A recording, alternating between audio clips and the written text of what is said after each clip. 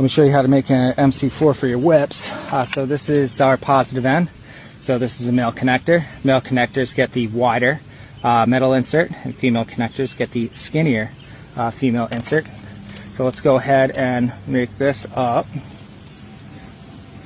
You want just around a 1/4 inch stripped out of the PV wire. Cool. Make sure it's all straight. Make sure your connections are good. Grab your MC4 tool.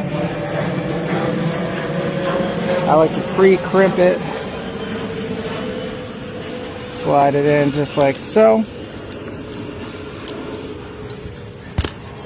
Little tug test.